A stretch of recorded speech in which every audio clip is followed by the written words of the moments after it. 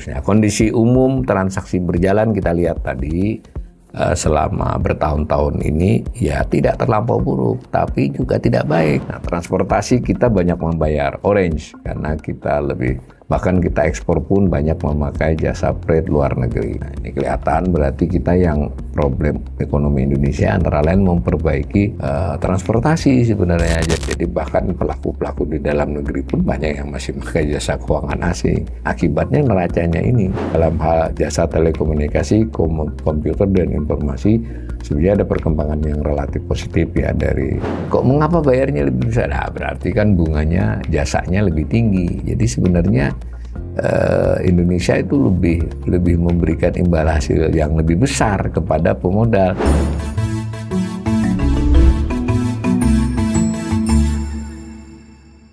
Salam cerdas, Ibu Bapak, saudara-saudara yang saya hormati. Sesi assessment dari kanal Awali Rezeki kali ini melanjutkan assessment sebelumnya terkait kondisi transaksi internasional Indonesia khususnya selama tahun 2025. Nah, pada sesi sebelumnya kita sudah menganalisis bahwa ada yang disebut sebagai neraca pembayaran Indonesia ya, Indonesia Balance of Payment. Nah, itu mencatat tentang arus penerimaan dan pembayaran terhadap asing ya. Jadi dari sudut pandang Indonesia, penduduk Indonesia terhadap asing. Jadi duit palas keluar maupun duit masuk dicatat oleh Indonesia. Itu balance of payment. Nah, di dalamnya ada ekspor impor, ada utang piutang, ada investasi. Nah, itu keseluruhannya. Kemudian dua bagian besar dalam neraca tersebut juga berbentuk neraca yang mencatat khusus perdagangan barang dan jasa. Nah, yang satunya khusus mencatat arus modal finansial. Nah, kita kali ini akan mengassessment yang khusus mencatat perdagangan barang dan jasa. Nah, disebut juga sebagai transaksi berjalan atau current account.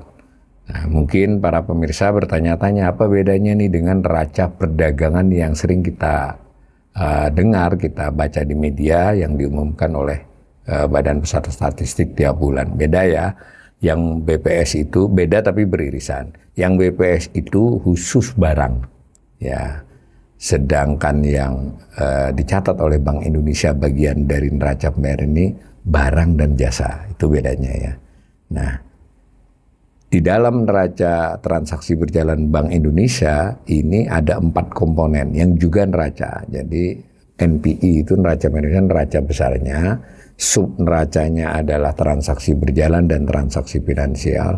Sub dari transaksi finansial, nah berikut ini. Ada neraca barang, goods, ada neraca jasa, services, ada neraca pendapatan primer, primary income, lalu ada pendapatan sekunder, secondary income. Keempat-empatnya di total menjadi transaksi berjalan.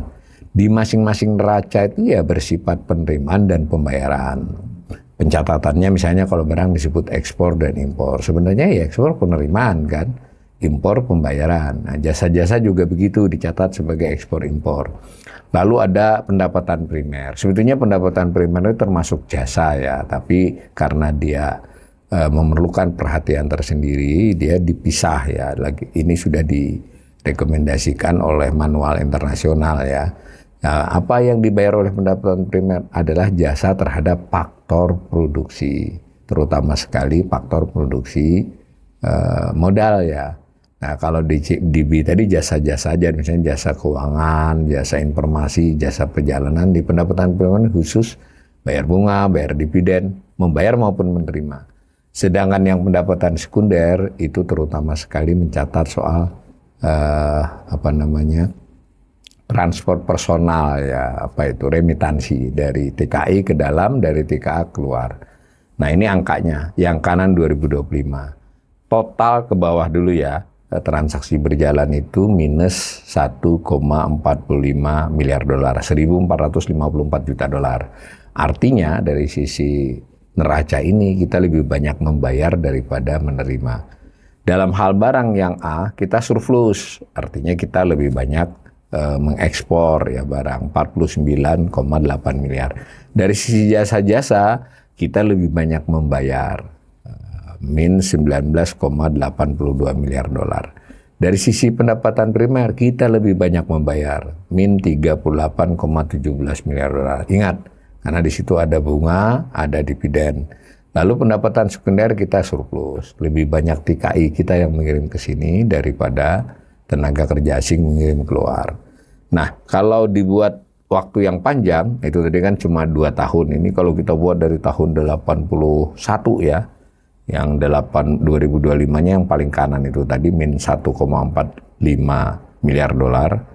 Nah, sebelumnya min 8,68 dan seterusnya ke sana dari 81. Kalau kita lihat sekilas grafik ini yang saya kasih assessment, itu pada dasarnya ekonomi Indonesia selama hampir 2 dekade terakhir ya, hampir 20 tahun dari gambar itu. Hampir 15 tahun dari 2012. Kadang 2020 berarti 14 tahun. Itu kita cenderungnya defisit, kecuali tahun 21 dan 22. Nah, di masa lalu kita pernah surplus terus, yang biru itu. Pernah juga di tahun-tahun yang lebih lama selalu defisit. Kalau dilihat begini, ekonomi Indonesia ini sebenarnya lebih banyak mengimpor dibandingkan mengekspor. Kecuali tahun-tahun tertentu belakangan ini. Ingat, yang dimaksud adalah barang dan jasa. Kalau hanya barang, kita surplus. Nah, ini catatannya. Nah, kalau tadi yang barang yang surplus tadi kita buat panjang, tapi dengan catatan ada ekspor impornya seperti ini.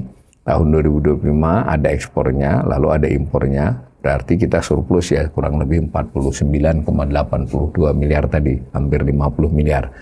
Nah, di sini saya perlu sedikit menambahkan, untuk data ekspor itu hampir sama dengan data BPS ekspor barang. Biasanya selisih sekitar 1 sampai 2 miliar dari angka 280 ya, jadi nggak sampai 1% selisihnya.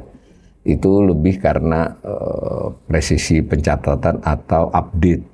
Karena kedua-duanya baik BPS maupun Bank Indonesia itu sama-sama memakai data bea dan cukai. Lalu ada perlakuan terhadap barang-barang.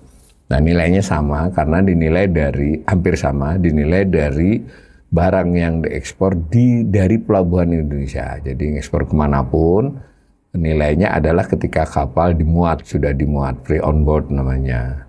Nah, sementara yang impor kalau di sini itu adalah free on board di negara yang kita mengimpor, misalnya dari pelabuhan Beijing kah, dari Singapura kah, itu kita mencatatnya di catatannya Bank Indonesia ini dari harga di pelabuhan sana sampai dimuat ke kapal.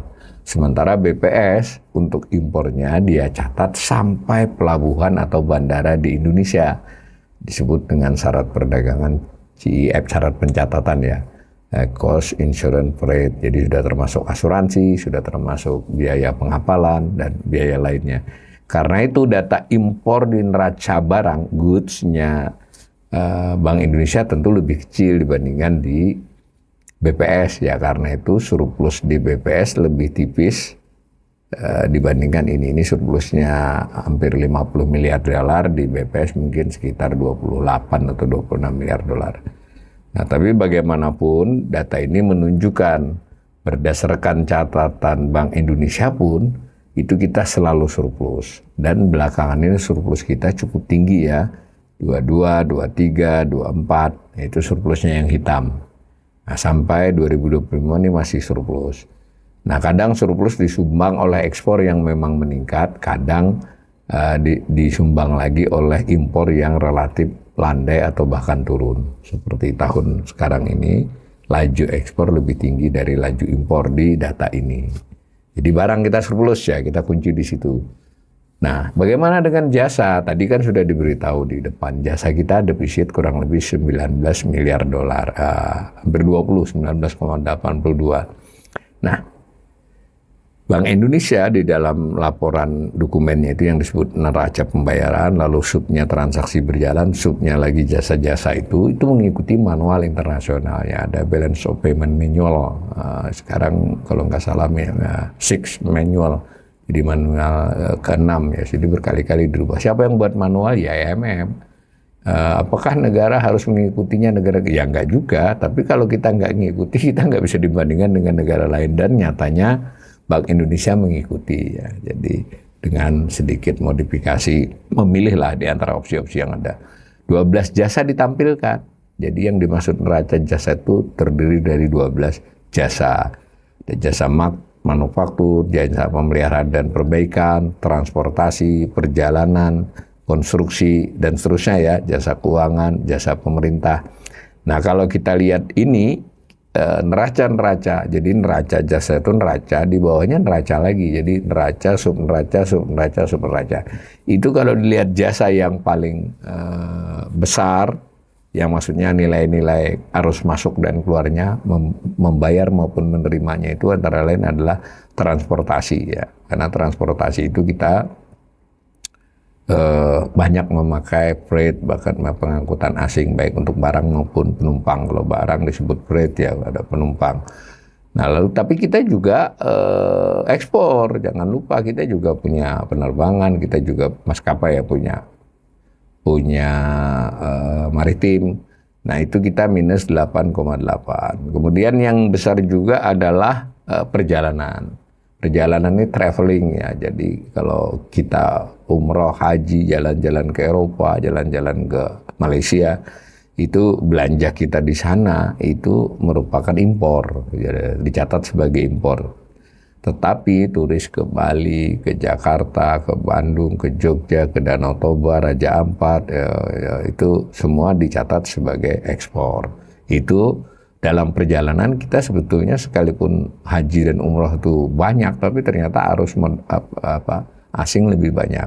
Ini tidak mesti juga karena orang ya, bisa jadi juga soal nilai belanjanya. Jadi kita masih surplus 4,48 miliar dolar. Lalu yang besar juga itu adalah jasa keuangan. Wajar ya, jasa perbankan, jasa lembaga keuangan non-bank, kita defisit. Lalu ada jasa asuransi dan dana pensiun, kita juga defisit cukup besar. Lalu jasa telekomunikasi kita juga defisit.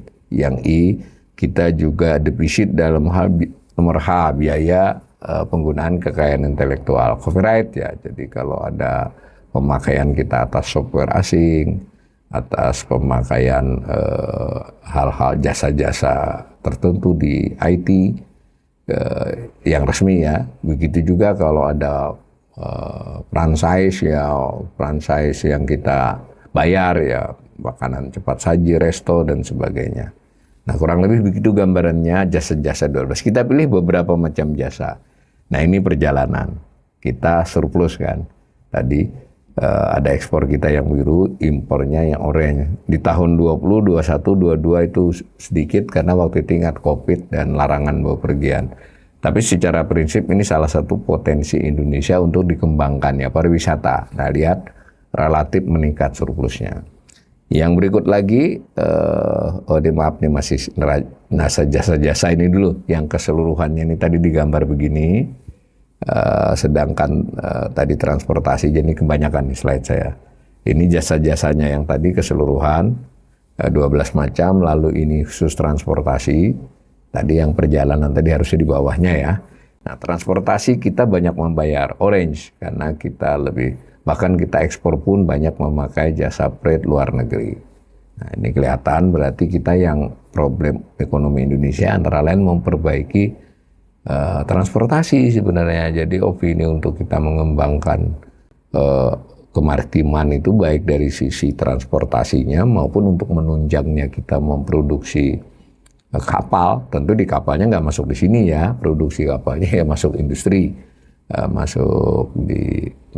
tidak termasuk dalam neraca ini. Tetapi kan kalau kita memproduksi sendiri, kemungkinan kita memperkuat jasa transportasi kan besar. Nah ini kita masih banyak membayar dan cenderung melebar. Jadi pemakaian kita atas jasa asing dalam transportasi itu meningkat. Nah lalu ini asuransi dan dana pensiun. Apalagi ya, malah makin ke sini, makin juga beberapa asuransi dan dana pensiun dalam negeri mengalami kasus-kasus ya. Akibatnya banyak perusahaan swasta yang besar-besar itu memakai asuransi dan dana pensiun asing ya. Karena kita ini tampak ini Sementara kita yang biru itu sebetulnya kita dipakai orang lain, itu makin kecil. Nah, ini juga topik untuk membenahi industri perasuransian dan dana pensiunnya. Dan sementara ini juga bagian dari OJK, dari sisi ini ada kan. Ternyata makin ke sini industri asuransi kita ya ngos-ngosan lah ya, tidak mati tapi tidak berkembang pesat, kecuali yang dilindungi undang-undang seperti misalnya BPJS, dana pensiun, Asabri, itu pun ya seperti itulah ya untuk masalahnya. Sementara kalau swasta kan bebas, dia perusahaan swasta dia mau pakai pensiun mana, karena dia akan melakukan asuransi maupun soal pensiun dari pekerja dia. Nah itu ternyata yang asing terus berkembang, jadi kita bayar. Nah kemudian keuangan ya sama, kalau ini kan perbankan, terutama perbankan dan ya jasa keuangan, pasar modal juga termasuk jasa-jasa itu. Ya kita sebetulnya juga sudah lumayan ya, artinya industri keuangan Indonesia juga sudah mampu ekspor ya. Ekspor dalam arti begini, dia mungkin saja beroperasi di Indonesia tapi yang memakai jasanya adalah asing, itu kan termasuk ke ekspor ya. Tetapi bagaimanapun kecenderungan naiknya ekspor itu lebih tinggi gitu. Kita pakai jasa keuangan asing, lihat di 2 tahun terakhir 24 yang biru turun, sementara yang orange meningkat. Akibatnya defisit garis hitamnya itu meningkat. Kalau dilihat gambar ini juga memang relatif jasa keuangan dalam negeri ini tidak mampu mengekspor itu selama 4 tahun terakhir ini. Maksudnya tidak mampu meningkatkan ekspor ya. Lihat itu makin defisit. Ini PR lagi kan. Jadi saya nyimpang sedikit. Jadi penilaian lembaga rating internasional itu juga ya karena antara lain jasa keuangan kita memang dia bertumbuh, memperbaiki diri, tapi tidak cukup untuk membuat kita dipakai ya. Jadi bahkan pelaku-pelaku di dalam negeri pun banyak yang masih pakai jasa keuangan asing. Akibatnya neracanya ini. Ya. Nah lalu ini lagi yang penggunaan kekayaan intelektual, paten ya. Paten ini dalam arti penemuan maupun dalam arti franchise, begitu juga pemakaian software atau apapun semacam itu. Kita tidak begitu menghasilkan biru. Maksudnya tidak menghasilkan itu tidak dipakai pihak luar negeri, tidak diekspor jasa ini. Sementara kita ngimpornya makin gede. Nah lalu telekomunikasi kita sebetulnya juga lumayan ya, kita meningkat. Tapi asing juga masih cukup tinggi. Dalam hal jasa telekomunikasi, komputer dan informasi, sebenarnya ada perkembangan yang relatif positif ya dari industri dalam negeri yang menciptakan jasa ini. Nah, dilihat dari garis hitam yang sempat menurun, cuma di 2025 meningkat lagi. Itu jasa-jasa ya. Jadi kita sudah lihat barang, ekspor impor, lalu jasa-jasa 12 macam, dengan contoh 6-7 jasa yang gede, yang besar porsinya di neraca. Lalu kemudian yang ketiga selain neraca jasa-jasa adalah pendapatan primer. Nah, dilihat di sini pendapatan primer terdiri dari 2 sub neraca, kompensasi tenaga kerja dan pendapatan investasi. Kompensasi tenaga kerja ini dibedakan dari remitansi ya. Remitansi nanti masuk pendapatan sekunder. Kompensasi tenaga kerja ini kalau disederhanakan adalah terkait dengan kompensasi tenaga kerja yang ya jangka pendek lah ya, kurang dari setahun, mungkin juga dia dikontrak sebulan, 3 bulan, dan itu dicatat sebagai kompensasi tenaga kerja. Jadi kalau orang Indonesia di luar ya penerimaan, kalau tenaga asing di sini ya namanya pembayaran. Mau itu pekerja dengan level bawah ya, yang tidak skillnya rendah, maupun yang sampai ke manajemen, manajer. Atau kan kita sudah lihat juga tuh ada bahkan Danantara, BUMN kan pakai. Nah, tetapi dalam hal kompensasi tenaga kerja ini tadi mungkin konsultan jangka pendek, project. Nanti kalau dia sudah lebih dari setahun, itu kemudian melakukan pengiriman disebutnya remitansi ya. Nah, makanya kalau dalam hal ini kita nerimanya kecil nih, 347, karena kebanyakan tenaga kerja Indonesia di luar itu ya sifatnya sudah remitansi. Sementara kita bayarnya cukup besar tuh, min 1.939 juta. Artinya hampir 2 miliar, karena mungkin kita banyak proyek, banyak apa yang membutuhkan tenaga kerja asing yang dibayar kompensasinya. Itu kelompok pertama dari neraca pendapatan primer. Sehingga kita di kompensasi tenaga kerja itu masih defisit ya. Tapi sekali lagi defisit ini lebih karena karakter pekerja Indonesia berbeda dengan karakter pekerja asing di negara bekerjanya. Jadi kita lebih cenderung menetap ya. Kemudian yang kedua adalah pendapatan investasi. Jadi kan ada arus modal masuk ke Indonesia bertahun-tahun, kan mereka dapat laba, mereka dapat bunga atau jasa-jasa lain terkait modal itu. Tapi jangan salah juga, orang Indonesia juga investasi di luar, baik itu mungkin punya surat berharga, sebutlah US Treasury Note. Jadi orang Indonesia yang punya SBN Amerika itu ada. Orang bisa perusahaannya, pendudukan begitu. Nah, tetapi jenisnya kan macam-macam. Ya, ada yang jenis kita investasi langsung, berarti mendirikan pabrik, membeli perusahaan, membuat perusahaan, menambahi kapasitas perusahaan yang sudah ada dari dia. Itu namanya kita mendapatkan investasi, tapi kan harus bayar keuntungannya. Itu investasi langsung kan, keuntungannya. Lalu ada juga modal yang sifatnya beli saham, beli surat utang. Ya, baik orang asing beli di sini maupun orang Indonesia beli di luar. Nah, itu namanya investasi portofolio. Yang ketiga ada investasi lainnya. Ya, modal itu masuk ke lembaga keuangan, ya bank atau lembaga investasi atau apapun yang sifatnya tidak investasi langsung dan tidak investasi portofolio. Kalau dilihat itu keseluruhan pendapatan investasi kita itu kita defisit. Artinya kita lebih banyak bayar jasa modal asing dibandingkan kita menerima jasa modal kita di luar negeri. Nah, dalam hal pendapatan investasi langsung, jadi FDI, Foreign Direct Investment, kita membayar 23 miliar dolar. Netonya ya, antara bayar dan terimanya. Kemudian portofolio kita juga defisit dan investasi lainnya defisit. Kalau dilihat dari ketiga-tiganya itu yang bersifat penerimaan, ya ini 9,33, lalu yang bersifat pembayaran 45,91. Ini jangan tercampur ya, maksudnya kita bisa melihat pendapatan investasi itu dari sisi modal siapa, dari sisi membayar atau menerima. Jadi kalau modal kita di luar kita menerima, kalau modal asing di Indonesia kita membayar. Itu dari sisi kepemilikannya, dari sisi macamnya 3 macam. Dari 3 macam ABC ini ada penerimaan dan pembayaran masing-masing. Jadi tabel ini meringkas. Nah, mari kita lihat rinciannya. Nah, ini yang pendapatan primer keseluruhannya ya. Keseluruhannya baik kompensasi tenaga kerja maupun pendapatan investasi. Kita banyak membayar.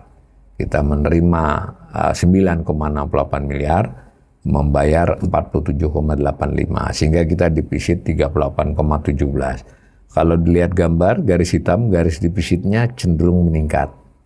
Nah, itu karena yang orange meningkat lebih cepat dari yang biru. Nah, tadi kelompok pertamanya kompensasi tenaga kerja. Nah, kita banyak membayar dibandingkan menerima, tetapi ini bukan berarti tenaga kerja asing lebih banyak daripada tenaga kerja Indonesia di luar, bukan. Jenis-jenis pekerjaan yang didapat oleh tenaga kerja asing di Indonesia itu mungkin di level atas dia konsultan, dia mengerjakan proyek tertentu sebagai di-hire ya, kurang dari setahun atau untuk satu proyek.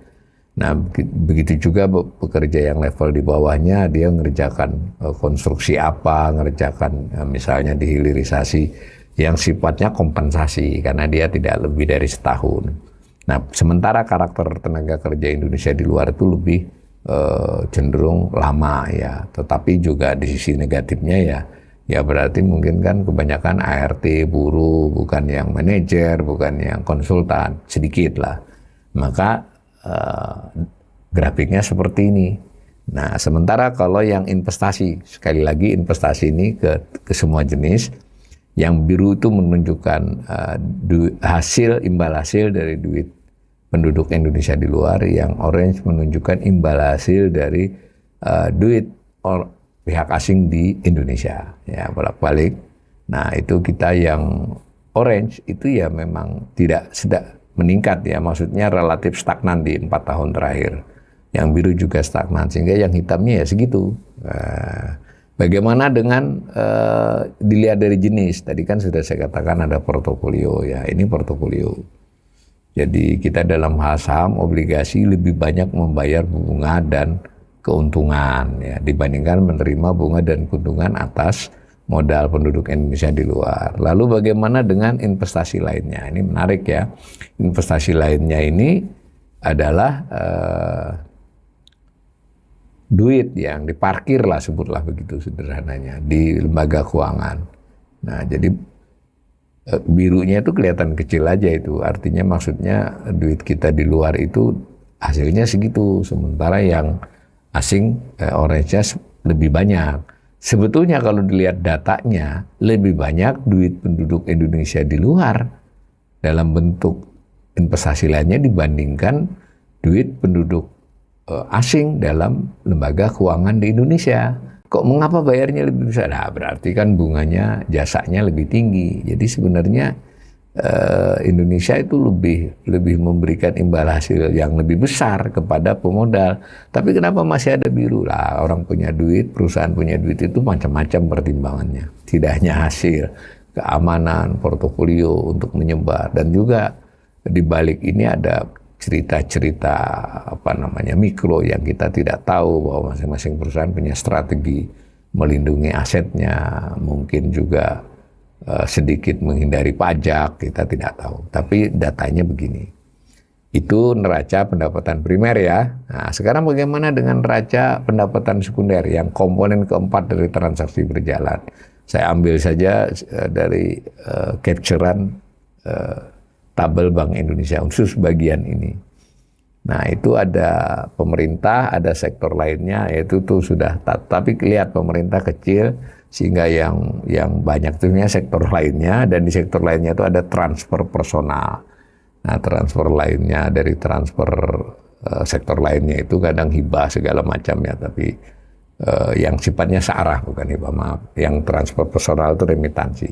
Ini untuk membuktikan bahwa kita soroti yang transfer personal saja. Nah, kalau digambar yang pendapatan sekundernya seperti ini, kita banyak menerima, sementara kita membayarnya lebih sedikit. Tapi tren belakangan ini hampir sama. Orange naiknya hampir sama dengan biru. Biru sedikit lebih naik ya. Biru maksudnya penerimaan. Jadi dari TKI. Transfer personal. Jangan membayangkan TKI selalu ART sama buruh ya. Itu kan termasuk pekerja profesional kita di luar negeri juga. Nah, kalau kita khususkan transfer personal, ini untuk mencontohkan, ini kan 18 miliar ya nerima. Nah, transfer personal saja 17, jadi selisih 1 miliarnya itu yang tadi lainnya maupun pemerintahannya. Nah, kalau dilihat begini, TKI ya, sekalipun ada tenaga kerja profesional dan sebagainya, kita harus mengakui dari sekitar 4.150.000 TKI yang resmi ya, itu memang mayoritas adalah pekerja blue collar ya. Pekerja pabrik, pekerja rumah tangga, dan seterusnya. Yang biru adalah remitansi dari penduduk asing yang kerja di Indonesia. Ini kalau netizen yang suka ngolak-ngulik ya, ini banyak tenaga negara A, ya, Cina di Indonesia ya. Kalau dari data ini sebenarnya ya masih kita lebih banyak menerima masih. Nah, kalau berdasarkan data resmi juga kita baru sekitar 160.000 tenaga kerja asing, sementara kita 4.150.000, tapi itu juga menarik. Nilainya kan hanya 2 kali lipat, sementara pekerja kita di luar berapa tadi 4.150.000 dengan 160.000 kan jauh banget, berapa puluh kali lipat. Itu tapi ya begitulah. Padahal bayarannya hanya 2 kali lipat. Ini juga menjadi studi tersendiri. Nah, itu biasanya kawan-kawan ekonom atau LSM atau pengamat atau lembaga-lembaga yang concern terhadap nasib pekerja, mereka punya informasi yang lebih baik. Saya hanya membaca dari angka agregatnya. Gitu ya. Tapi bagaimanapun tenaga kerja Indonesia masih penyumbang devisa. Jangan lupa setiap pembicaraan saya di depan tadi, ekspor impor, penerimaan pembayaran itu kaitannya adalah kalau menerima, kalau mengekspor, kita memperoleh devisa yang masuk. Kalau kita membayar, kalau kita impor, berarti devisa kita keluar. Kalau dilihat dari sisi itu, 17 miliar dolar itu dibawa oleh tenaga kerja Indonesia. Dibawa maksudnya dikirim ke Indonesia. Itu kalau dengan berbagai komoditas ya, yang kita sebut komoditas unggulan ya, di luar batu bara, di luar CPO, ini lebih gede dari udang, dari kopi, dari apalah, pertanian keseluruhan bahkan dia lebih gede. Nah, gitu ya, maka kita simpulkan transaksi berjalan merupakan catatan atau neraca perdagangan barang dan jasa secara keseluruhan antara penduduk Indonesia dengan pihak asing dalam sudut pandang Indonesia sebagai suatu negara. Hati-hati ya, ini saya masih kuda dikomentari, ini defisit pemerintah ngapain? Ini negara lain dengan pemerintah. Pemerintah salah satu komponen saja. Nah, 2025 defisit. Nah, ini juga masih ada yang komen kemarin, ini apa Purbaya? Ini gak ada urusan dengan Pak Purbaya, defisit di sini. Yang Pak Purbaya itu defisit APBN. Ini defisit neraca pembayaran, lalu ini bagiannya defisit transaksi berjalan. Kita masih defisit tapi membaik. Nah, lalu transaksi berjalan kita sudah jelaskan tadi terdiri dari empat komponen juga yang berupa neraca, barang kita surplus, jasa-jasa kita defisit, pendapatan primer kita defisit, pendapatan sekunder surplus. Kita bermasalah cukup serius di jasa-jasa, nanti ada jasa yang mana, lalu di pendapatan primer karena kita banyak modal asing yang di Indonesia dan seterusnya. Kondisi umum transaksi berjalan kita lihat tadi, selama bertahun-tahun ini ya tidak terlampau buruk, tapi juga tidak baik karena sebetulnya suatu negara jangan pakai Amerika ya, Amerika itu ukuran yang beda.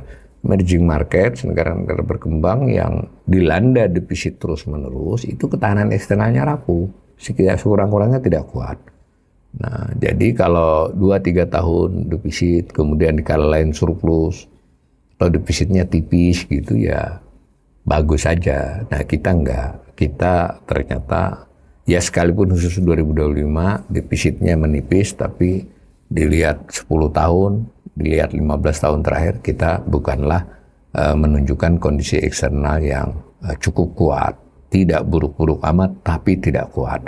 Sehingga kalau ada kejutan, shock namanya, eksternal shock, saya khawatir current account, transaksi berjalan kita ini tidak cukup kuat. Mudah-mudahan segera ekonomi kita membaik. Ini bukan urusan pemerintah saja, ini seluruh pelaku. Mudah-mudahan ke depannya bisa lebih kuat pertahanan eksternal Indonesia.